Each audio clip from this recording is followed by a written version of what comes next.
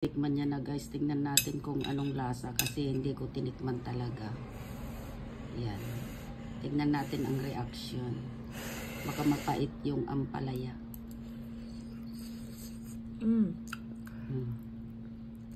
O kaya masarap daw. Masarap. Pudo daw. Nakalagit yung kalabasa mo. Malagkit daw yung kalabasa. O, anong say mo ngayon? Sarap. Sarap? Hindi na makapagsalita. Sarap daw. Ayan. Okay guys. Ang luto namin ngayong araw ay pakbet.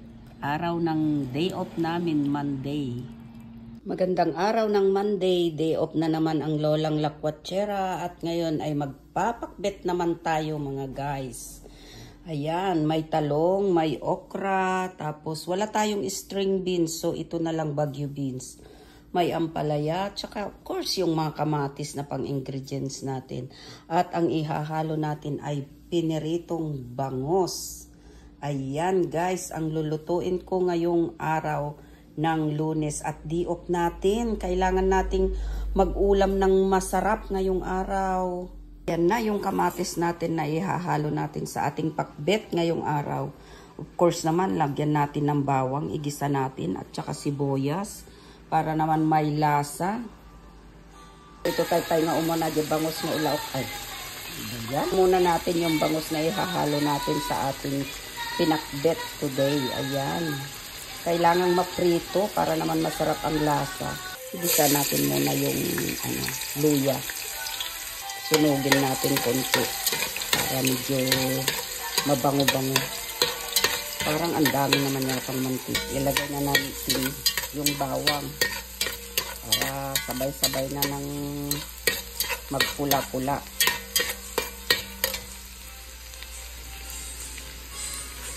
Imekos-mekos natin konti para mag-brown. Namula na, ilagay na natin yung sibuyas.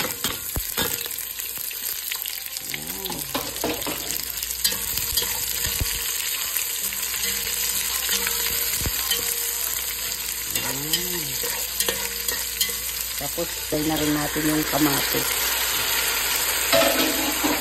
Lutuin natin maigi. Ganito yung yung pakbet ng Ilocano. Igisa muna yung mga ingredients niya.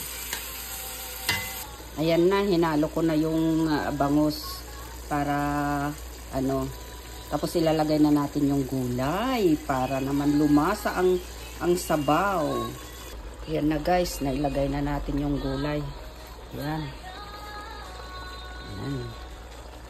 Ayan na, naluluto na yung pakbet ko guys. Wow, sarap talaga. Ayan, pakbet Ilocano. Nangunguna na yung isang customer ko. Bibili na daw siya isang plato. Ayan siya. Oh, ayan. Sarap. Ayan. 10 real lang isang plato, ha? Ayan na guys. Luto na, nadurog na yata yung isda niya. Ayan.